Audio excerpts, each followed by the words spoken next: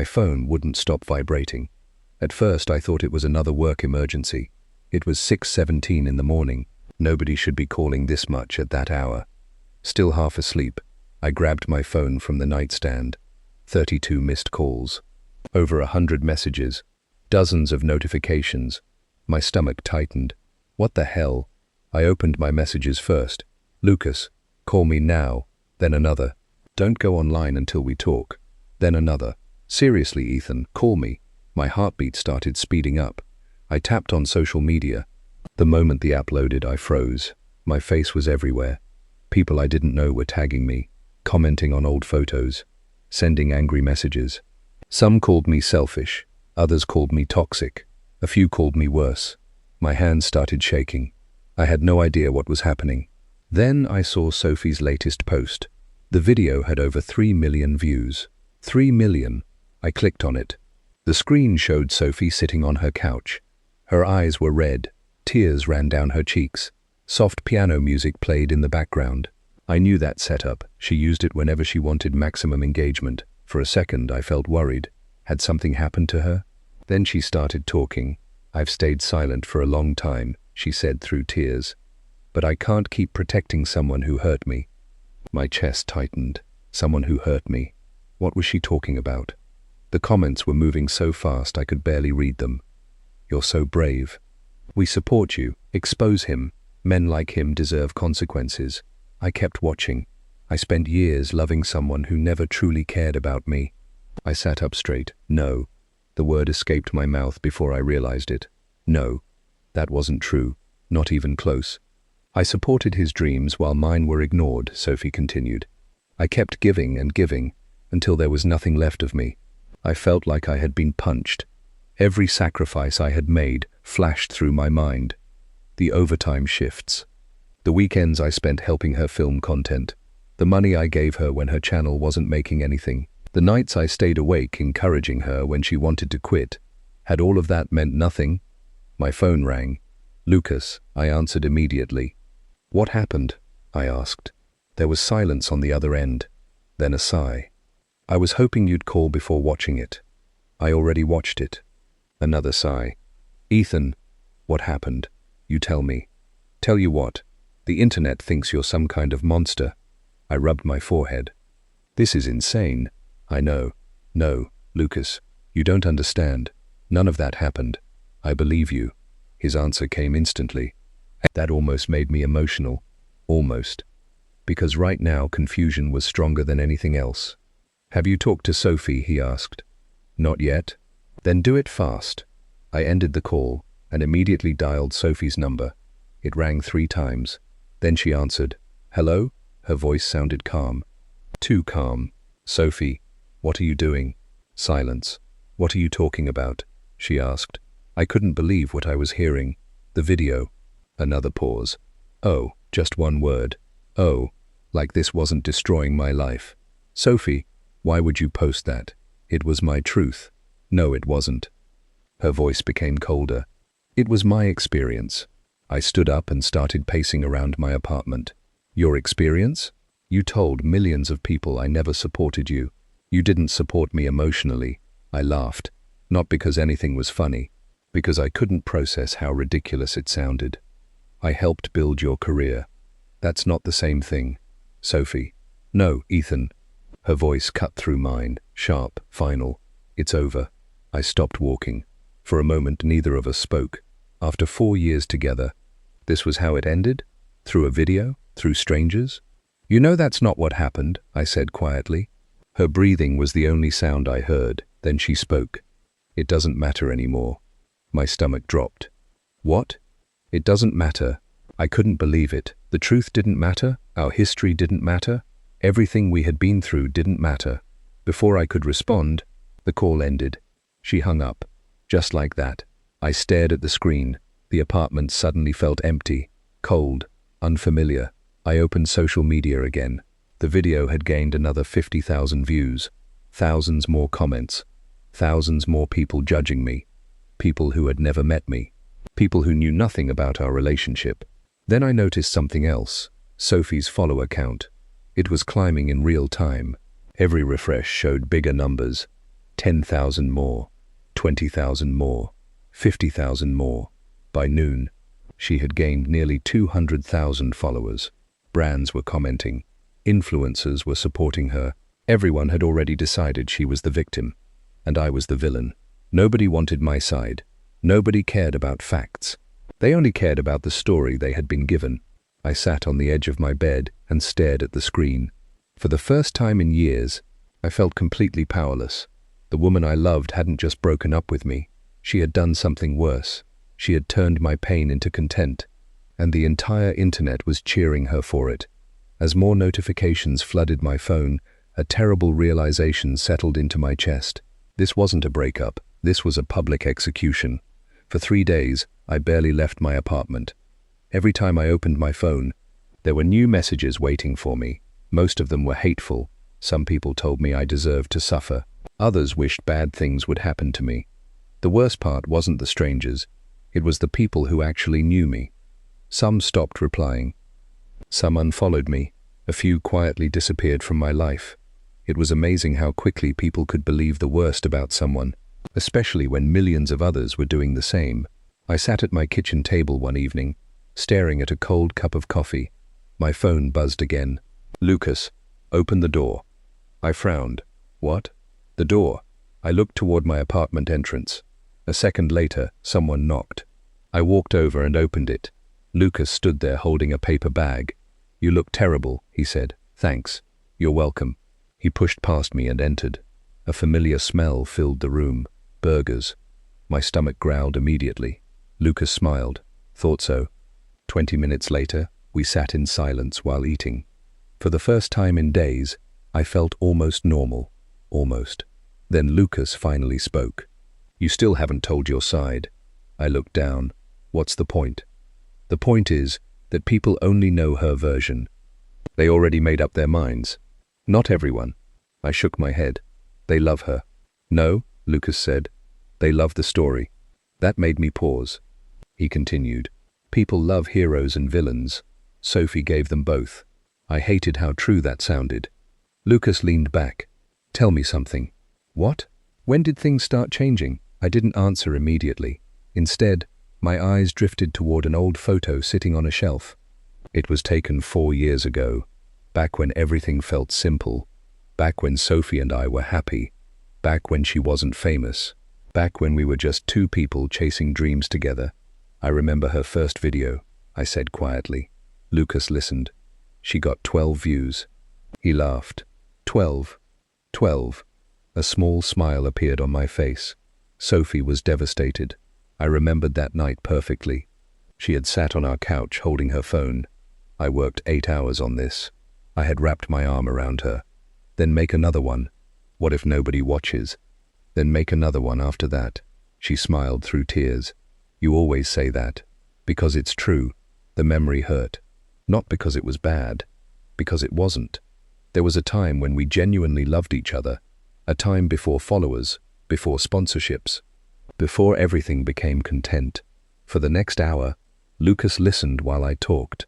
I told him about the years nobody saw, the extra jobs I worked, the rent payments I covered, the vacations I skipped because Sophie needed camera equipment, the nights I stayed awake helping her edit videos, the countless moments she never mentioned online. "You gave up a lot," Lucas said.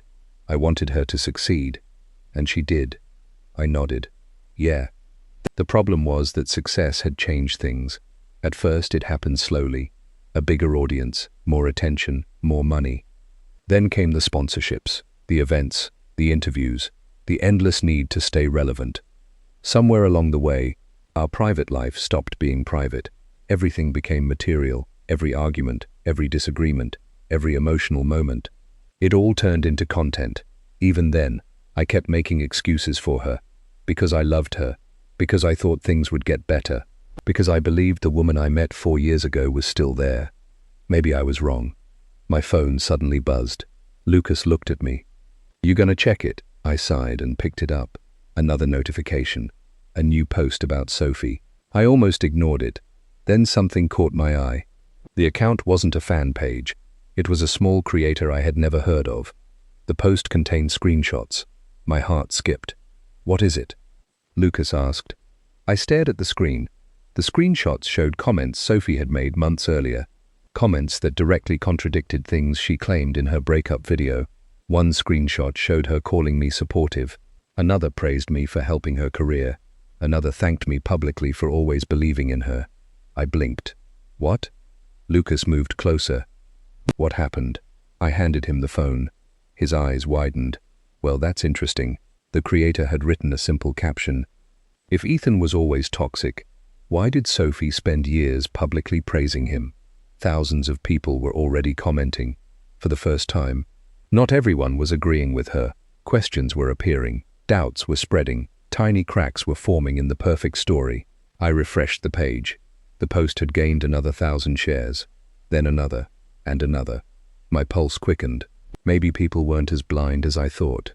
Maybe truth still mattered, even online. Lucas handed my phone back. A slow smile appeared on his face. You see that? What? The narrative is changing. I stared at the growing comments. For days I had felt trapped, powerless, hopeless. Now, for the first time, I felt something different. A small spark of hope. But then another notification appeared. This one came from an anonymous account. No profile picture, no username, just a newly created page. The account had uploaded a single image, a screenshot, one that made my blood run cold, because it directly disproved the biggest accusation Sophie had made against me. And if it was real, everything was about to change. I stared at the anonymous screenshot for several seconds. My heart pounded so hard I could hear it. Lucas leaned closer. What is it? I handed him my phone. His eyes moved across the screen. Then he slowly looked up. No way. I nodded. The screenshot showed a conversation between Sophie and one of her closest friends. The date matched the exact week she later claimed I had abandoned her during a difficult time. But the messages told a completely different story. Sophie, Ethan has been amazing lately. Friend, you're lucky to have him. Sophie, I know. I honestly don't know what I'd do without him. I read those words again and again and again because I couldn't believe it. The same woman who told millions of people I never cared about her had once written that. The comments were exploding. People were asking questions. Some defended her, others demanded answers. For the first time since the breakup, the internet wasn't completely against me. The feeling was strange. Not relief, not victory, just confusion. Because none of this should have happened in the first place. My relationship wasn't supposed to become a public investigation, yet here we were. Thousands of strangers studying our lives, looking for clues, looking for lies, looking for the truth. Lucas sat back. This is getting bigger. I know. How many screenshots like this exist? I thought about it. Probably hundreds. Years of conversations, years of photos, years of memories. The problem was that I didn't want to release them. Part of me still hated the idea of exposing Sophie, even after everything she had done. Lucas shook his head. I still don't understand you. What? You're protecting her. I'm not. You are. I looked away. Maybe he was right. Maybe some part of me still loved the version of Sophie I used to know. The version before followers mattered more than people. The version before everything became performance. My phone buzzed again. This time, it was an unknown number. Normally, I would have ignored it. Instead, I answered, "Hello? Is this Ethan Carter?" The voice belonged to a woman. "Yes. My name is Mia Harper." I frowned. The name sounded familiar. "Mia? We went to college together." Then I remembered. Not a close friend, but someone I had known years ago. "You became a journalist, right?" "That's right." I sat up straighter. Why was a journalist calling me? Mia didn't waste time. "I've been following what's happening." I sighed. "Then you've seen the circus." "I've seen enough to know something doesn't add up." Those words instantly got my attention. "What do you mean?" "Your ex's story has inconsistencies." I exchanged a glance with Lucas. Mia continued. "The timelines don't match." "What timelines?" "The events she's describing." I felt my stomach tighten. "Keep talking." For the next 10 minutes, Mia explained everything she had found.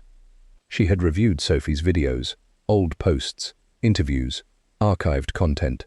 The more she looked, the more contradictions appeared. Dates changed, stories changed, details changed, At first, she thought they were simple mistakes. Now she wasn't so sure. "Why are you doing this?" I asked. There was a brief pause. Then she answered honestly, "Because truth matters. Simple, direct, no hidden agenda." I hadn't heard words like that in a while. "What do you need from me?" I asked. "The truth." I laughed quietly. "That's all I've ever had." "Good." Her voice became serious. "Then tell me everything." For the next hour, I did. Not for social media, not for revenge, just facts. I told her about our relationship, the early years, the sacrifices, the growth of Sophie's audience, the changes I noticed, the pressure she constantly felt to stay relevant. Mia asks smart questions, questions nobody else had asked, questions focused on reality instead of drama. When the call finally ended, I felt lighter, like someone had finally listened, actually listened. Lucas looked impressed.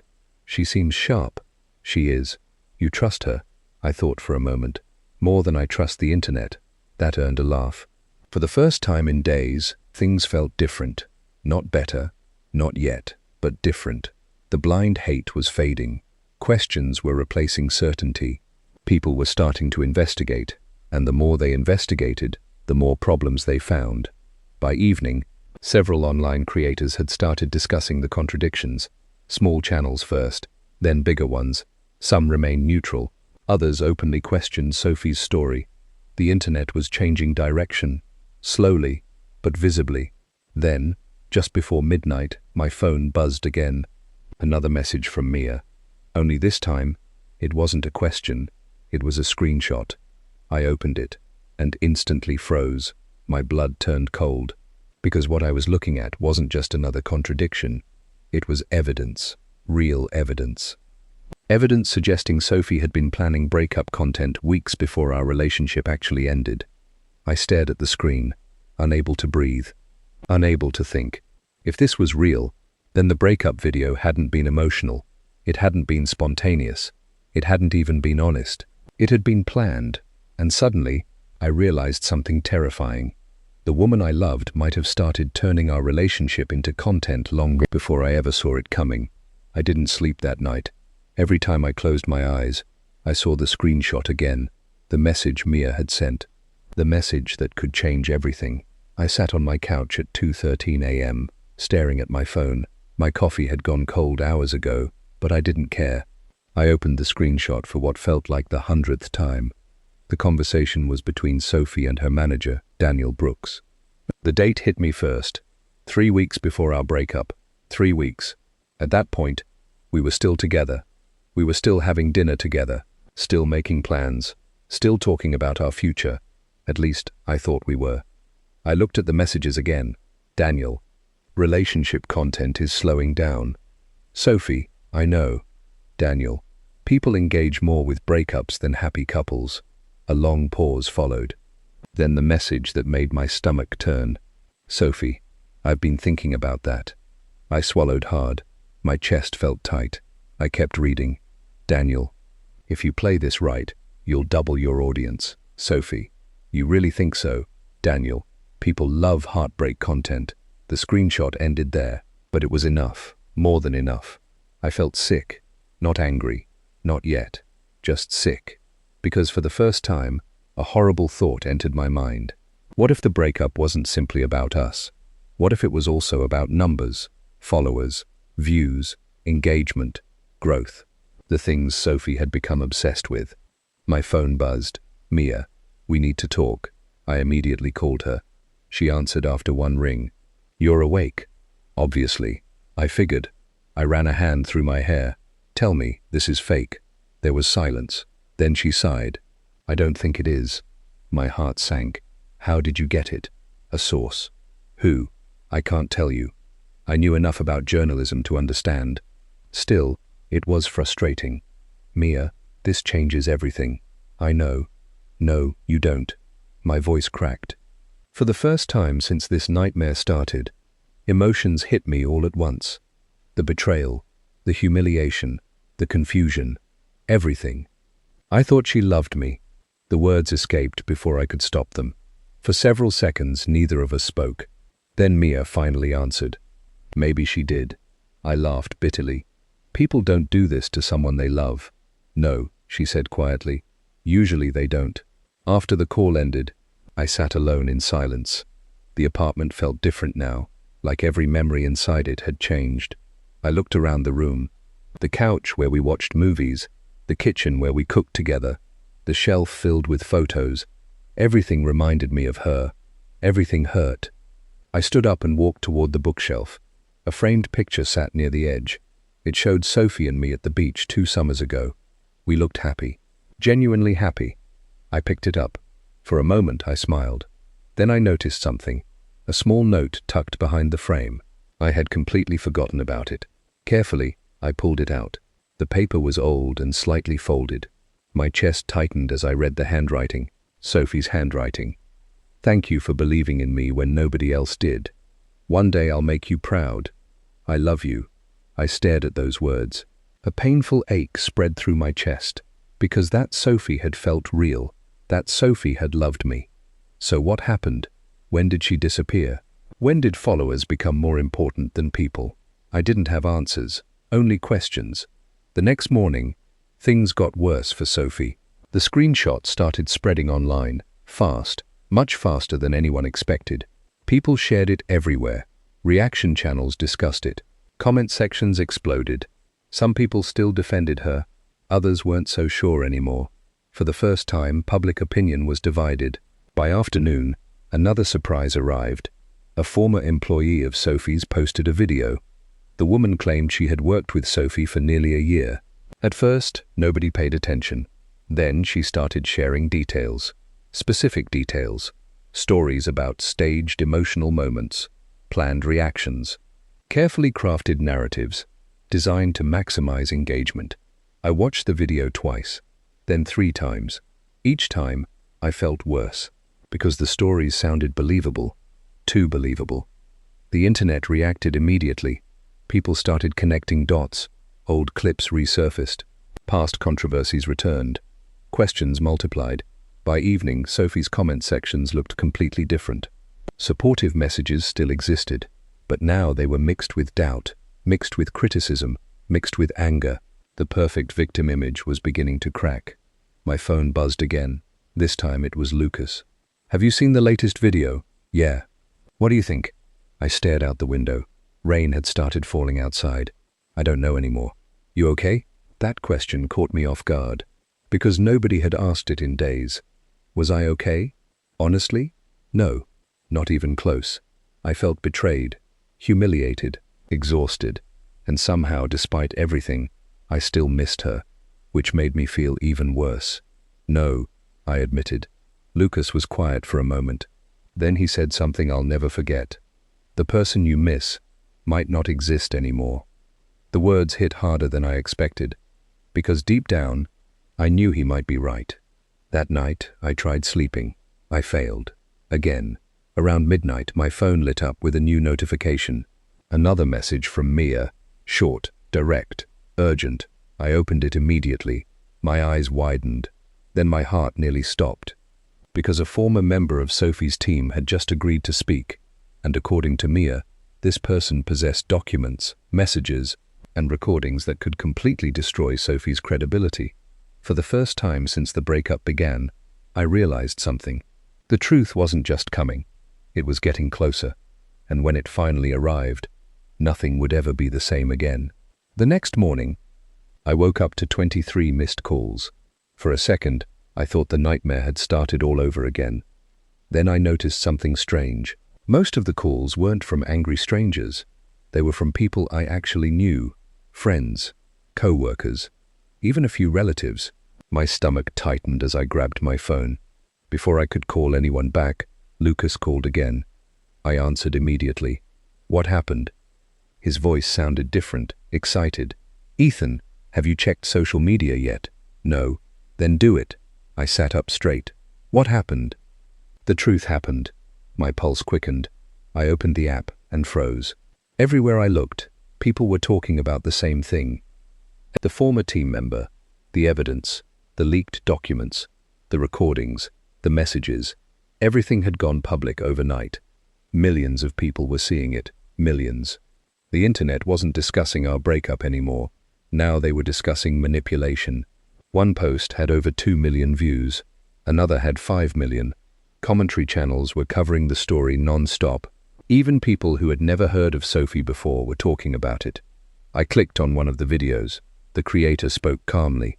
No matter whose side you're on, these messages raise serious questions.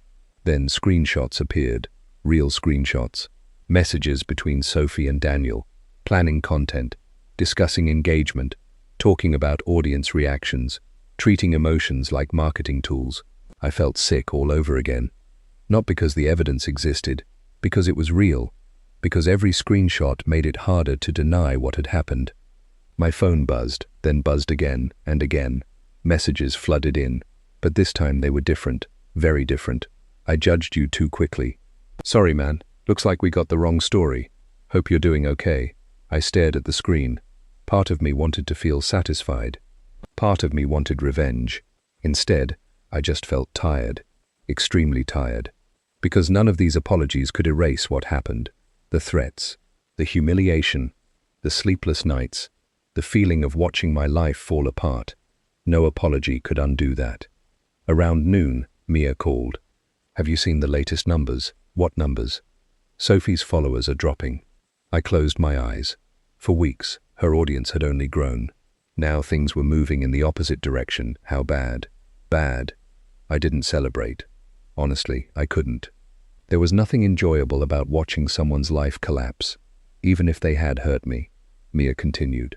Several brands have already paused partnerships. That got my attention. Seriously? Yes. I leaned back against the couch. Everything was happening faster than I expected. The power was shifting. The same internet that built Sophie up was now tearing her down, and there was nothing I could do to stop it. That afternoon I received an email. A major commentary channel wanted an interview. Then another request arrived, and another.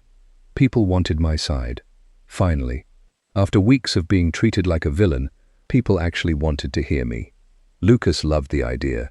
You should do it. No. What? I shook my head. I'm not turning this into entertainment. Ethan, this is your chance. I know. So why not? Because I knew exactly what would happen. More drama, more fighting, more content. More people making money from our pain. I was done with that. Instead, I decided to make a single public statement. Nothing emotional, nothing dramatic, just facts. That evening I posted it. A simple message. I thanked everyone who had taken the time to look deeper. I explained that I never wanted a public war. I shared a few facts, a few dates, a few pieces of context. Then I ended with one sentence. I don't want revenge. I just wanted the truth. After posting it, I put my phone down. For several hours, I refused to check it. When I finally looked later that night, I was shocked. The response was overwhelmingly positive. People respected the fact that I wasn't attacking Sophie. They respected the fact that I stayed calm. For the first time since this nightmare began, I felt like people were seeing the real me, not the villain, not the victim, just me. Lucas called again. I read your statement. What did you think? I think you're a better person than most people. I laughed. That's a low bar. No, seriously. His voice became more serious. You could have destroyed her. Maybe he was right. At that moment, the internet would have supported almost anything I said. I could have exposed private messages, shared personal secrets, made things worse. But every time I thought about doing it, something stopped me. Maybe it was pride. Maybe it was maturity. Or maybe I just didn't want to become the kind of person who used pain as content, the same way Sophie had. Later that night, I sat alone on my balcony. The city lights glowed in the distance. For the first time in weeks, the silence felt peaceful. Not painful, peaceful. Then my phone buzzed. One new message, unknown number. I frowned. For a moment, I considered ignoring it. Then I opened it. The message contained only 4 words. Can we talk? My heart immediately started racing, because I knew exactly who had sent it. Sophie. After weeks of silence, after weeks of lies, after weeks of watching everything fall apart, she was finally reaching out, and somehow, I knew this conversation was going to change everything. I stared at the message for a long time. Can we talk? 4 simple words. 4 words I had wanted to see for weeks, and now that they were finally here, I wasn't sure how I felt. A month ago, I would have answered immediately. A month ago, I would have done anything to save our relationship. But a lot had changed since then. I looked at the message again, then locked my phone, then unlocked it, then locked it again. I hated that she still had this effect on me. Finally, I typed a reply. About what? 3 dots appeared almost instantly, then disappeared, then appeared again. I could almost picture her staring at the screen, thinking, searching for the right words. Finally, her reply came. Please, just one conversation. I closed my eyes. Part of me wanted to ignore her. Part of me wanted answers. The second part won. The next afternoon, I met Sophie at a small coffee shop across town. The place was quiet, almost empty, exactly what we needed. I arrived first. My hands were sweating. My stomach felt sick. Not because I was nervous, because I didn't know which version of Sophie I was about to meet. The woman I loved, or the woman who destroyed me online. She walked in. For a moment, I barely recognized her. She looked exhausted. The confident influencer was gone. The perfect makeup was gone. The bright smile was gone. She looked tired, broken, human. When our eyes met, she stopped walking. Neither of us spoke, not at first. Then she slowly sat across from me. Hi. Her voice was barely above a whisper. Hi. Silence followed, the kind of silence that felt heavy, the kind that carried years of memories. Finally, Sophie looked down. They hate me now. I didn't answer. I wasn't interested in talking about followers. For years, followers had been more important than us. I wasn't going down that road again. She swallowed hard. I lost almost everything.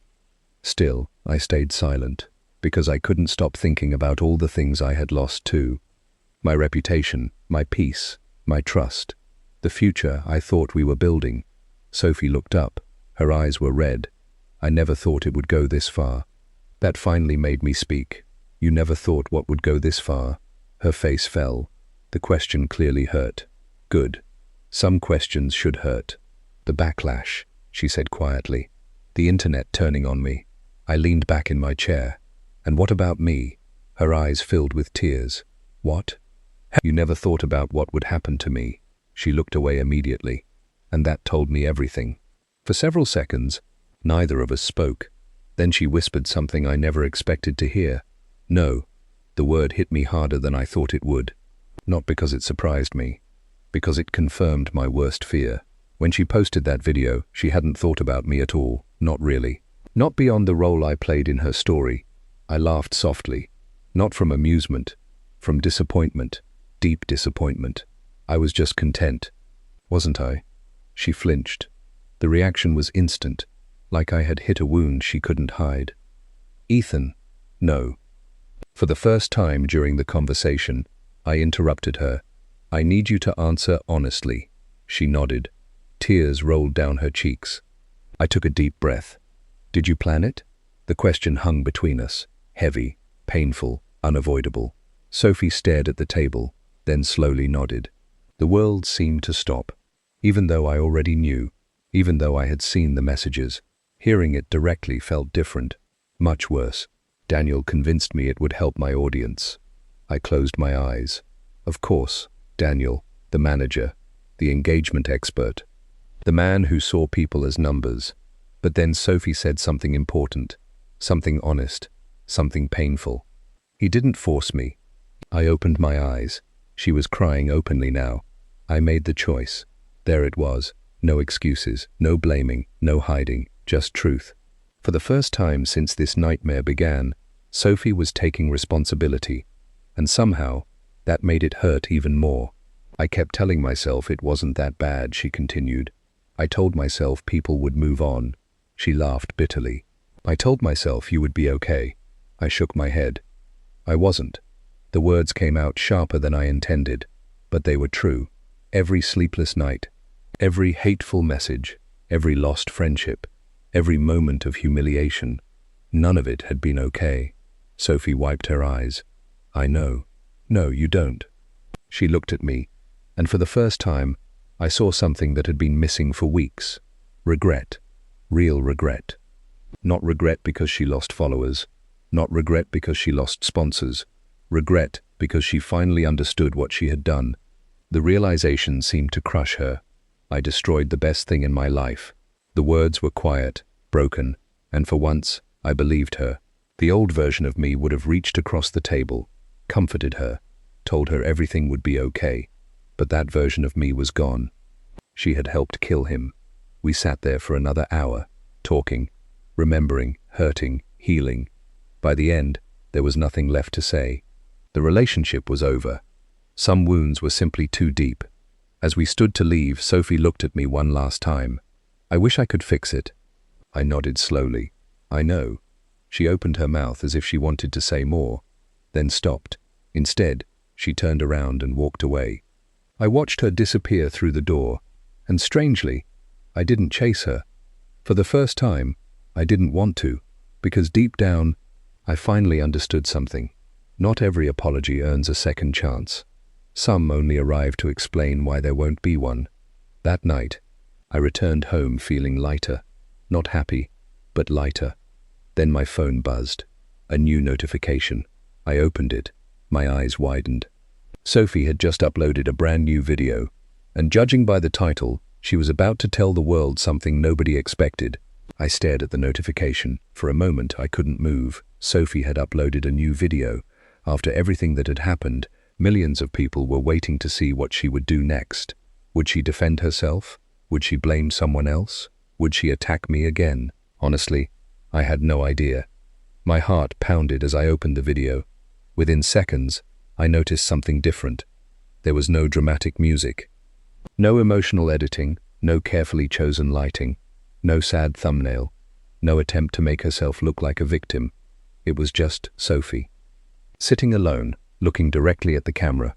For a few seconds, she said nothing. Then she took a deep breath and started speaking. "Hi everyone." Her voice sounded tired. Not performative, not polished, just tired. "I've spent the last few weeks watching people argue about my relationship." She paused. "I've also spent the last few weeks lying to myself." The comment section was already exploding, but I ignored it. I focused only on her words, because for the first time in a long time, they felt real. Sophie looked down before continuing. "I told a story online that wasn't completely true. A wave of emotion hit me. Not because I was surprised, because I never thought she would actually admit it publicly. Millions of people were watching, and she kept going. I shared selective details. I left important things out. I allowed people to believe things that weren't true." Her voice cracked. "I hurt someone who didn't deserve it." I sat back in my chair, completely silent. The room felt strangely still, as if even the world outside had stopped moving. Sophie wiped tears from her face. "I blamed Ethan for things that weren't his fault." There it was, the truth. Simple, direct, public, no excuses, no twisting words, no hiding. For the first time since this nightmare started, she was finally telling the whole story. Then she said something that surprised me. "Nobody forced me." I immediately thought about Daniel. For weeks, people had blamed him. And yes, he had influenced her. But Sophie wasn't hiding behind that anymore. "He encouraged certain decisions," she said, "but I made them." She swallowed hard. "And I have to live with that." I looked away from the screen for a moment, because hearing those words hurt more than I expected. Not because they were cruel, because they were honest. And honesty often hurts more than lies. The video continued. I became addicted to attention. Her eyes filled with tears. I stopped caring about truth as much as I cared about engagement. The sentence hit me like a punch, because it explained everything. The endless need for validation, the dramatic posts, the constant performance, the obsession with audience reactions, everything. For years, I had searched for some complicated explanation. Maybe there wasn't one. Maybe it was simply that: attention, validation, approval. And somewhere along the way, she lost herself. By the time the video ended, nearly 15 minutes had passed. There were no dramatic twists, no shocking revelations, just accountability, pure accountability. The final words were directed at me, not by name, but everyone knew who she meant. "I'm sorry." Then the screen went black. I sat in silence. not knowing how to feel. Part of me felt relieved, part of me felt sad, part of me wished things had never reached this point. A few minutes later, my phone exploded with notifications, again. But this time the internet wasn't attacking me. People were sharing clips from Sophie's apology, discussing her confession, debating her future. The entire platform seemed focused on one thing, the truth. Then something unexpected happened. One post disappeared, then another, then another. I refreshed her profile. My eyes widened. The breakup video was gone, the original one. The video that started everything, deleted. I refreshed again. More posts vanished. The emotional updates, the accusations, the clips that painted me as the villain. One by one, they disappeared. It felt surreal, almost impossible. For weeks, those videos had controlled my life. Now they were gone, every single one. She deleted everything. The internet noticed immediately. People began posting screenshots, archiving clips, discussing the decision. But it didn't matter. The damage had already been done. Deletion couldn't erase memory. It couldn't erase consequences. And consequences arrived quickly. Over the next few days, Sophie's follower count dropped even more. Several remaining sponsors left. Collaborations disappeared. Opportunities vanished. Even Daniel disappeared. The moment things became difficult, he walked away. Just like that. The man who encouraged the drama wasn't around to deal with the fallout.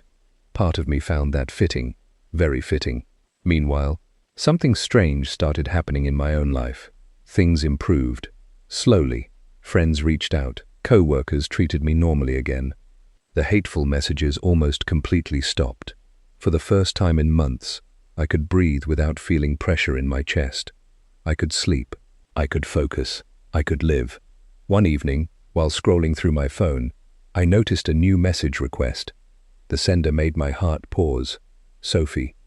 I stared at it for several seconds. She hadn't contacted me since our meeting. I opened the message. It was short, very short, but something about it felt different. And as I read the words on my screen, I realized this might be the final chapter of our story. Because months had already passed, our lives had changed, and whatever came next would decide how everything truly ended. 3 months passed before I opened Sophie's message. Not 3 days, not 3 weeks, 3 months. That alone told me how much my life had changed. There was a time when a message from Sophie could ruin my entire day. A time when I checked my phone every few minutes hoping to hear from her. A time when she was the center of my world. Not anymore. I sat alone on my apartment balcony one quiet evening. The sun was setting behind the city skyline. The air felt warm, peaceful. For the first time in a very long time, peace didn't feel temporary. It felt real. I looked down at my phone. The unread message was still there, waiting.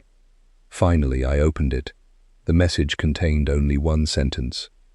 I'm sorry. I hope you're happy. That was it. No explanation, no excuses, no requests. Just a simple apology. And somehow, that made it feel more honest than every emotional video she had ever posted. I stared at the screen for several moments. A strange sadness settled inside me. Not because I missed her, because I missed what we could have been. There was a difference, a big difference. The woman I once imagined growing old with no longer existed. Maybe she hadn't existed for years. Maybe I had simply been holding on to a memory. I put my phone down and looked at the sky. For the first time, I didn't feel anger. I didn't feel resentment. I didn't even feel satisfaction. I just felt finished. The story was over. And honestly, that felt good. A lot had happened during those 3 months. My life slowly started rebuilding itself. One piece at a time. The first thing that returned was trust. Not trust in other people. Trust in myself. For weeks after the breakup, I questioned everything. Every decision. Every memory. Every conversation. I wondered if I had missed obvious signs. I wondered if I was somehow responsible. But eventually, those thoughts faded. The truth became impossible to ignore. I wasn't perfect. I made mistakes. Every relationship has mistakes. But I wasn't the monster Sophie described online, and I never was. That realization changed everything. Work became easier, sleep became easier, life became easier. The constant weight on my chest finally disappeared. One Saturday afternoon, I visited my mother. She lived about an hour away. I hadn't seen her much during the chaos. Honestly, I had isolated myself from almost everyone, but she never stopped calling, never stopped checking on me. Mothers are funny that way. No matter how old you get, they somehow know when you're hurting. She opened the front door before I even knocked, then immediately hugged me. A real hug, the kind that makes you feel safe, the kind that reminds you that some people love you without conditions. We spent most of the afternoon talking about life, about family, about everything except social media. And honestly, that was refreshing. At one point, she looked at me and smiled. "You seem different." I laughed, hopefully in a good way, in a better way. I raised an eyebrow. "What does that mean?" She thought for a moment, then answered, "You seem stronger." The word stayed with me. Stronger. Not happier, not tougher. Stronger. There was a difference. Pain changes people, sometimes for the worse, sometimes for the better. The choice isn't always easy, but it exists. And somewhere along the way, I had chosen growth over bitterness. That mattered a lot. A few weeks later, Lucas and I met for dinner, the same restaurant we used to visit before this entire mess started. As soon as I sat down, he grinned. "What?" He pointed at me. "You're smiling again." I rolled my eyes. Apparently, that's a rare event. It was. He wasn't wrong. For months, smiling felt impossible. Now it happened naturally, without effort, without guilt, without pretending. We talked for hours, about work, about future plans, about normal things. And that was the best part. Normal things. No scandals, no investigations, no drama, just life. As dinner ended, Lucas leaned back in his chair. "You know something?" "What?" "You won." I immediately shook my head. "No." "Yes." "No, I didn't." He frowned. "Why not?" Because winning wasn't the right word. Winning implied there was a competition, a battle, a score. That's not what this was. I thought about it for a moment before answering. The truth won. Lucas smiled. "Fair enough." On the drive home, I kept thinking about those words. The truth won, not me, not Sophie, the truth. For a long time, I believed lies were stronger, faster, louder, and maybe they are, at first. But lies have a weakness. They require constant protection, constant maintenance, constant effort. Truth doesn't. Truth survives on its own. Eventually, reality catches up. Eventually, facts matter. Eventually, people see what was always there. When I arrived home, I walked onto my balcony again, the same balcony where I had spent countless nights feeling broken, feeling humiliated, feeling lost. Now it felt different, like standing in a place that belonged to someone else, someone I used to be. My phone sat on the table beside me. Sophie's message remained open. "I'm sorry. I hope you're happy." I read it one final time. Then I smiled. Not because I hated her, not because I wanted revenge, not because karma had punished her. I smiled because I finally understood something. The greatest victory wasn't exposing her. It wasn't clearing my name. It wasn't watching the internet change sides. The greatest victory was surviving. Surviving without becoming bitter, without becoming cruel, without becoming the kind of person who hurt others just because I had been hurt. Slowly, I deleted the message. Not out of anger, out of peace. Then I put my phone away. The sun disappeared beyond the horizon. The city lights flickered to life. And for the first time in a very long time, I wasn't thinking about the past. I was thinking about the future, because the truth had given me something bigger than revenge. It had given me myself back. The end.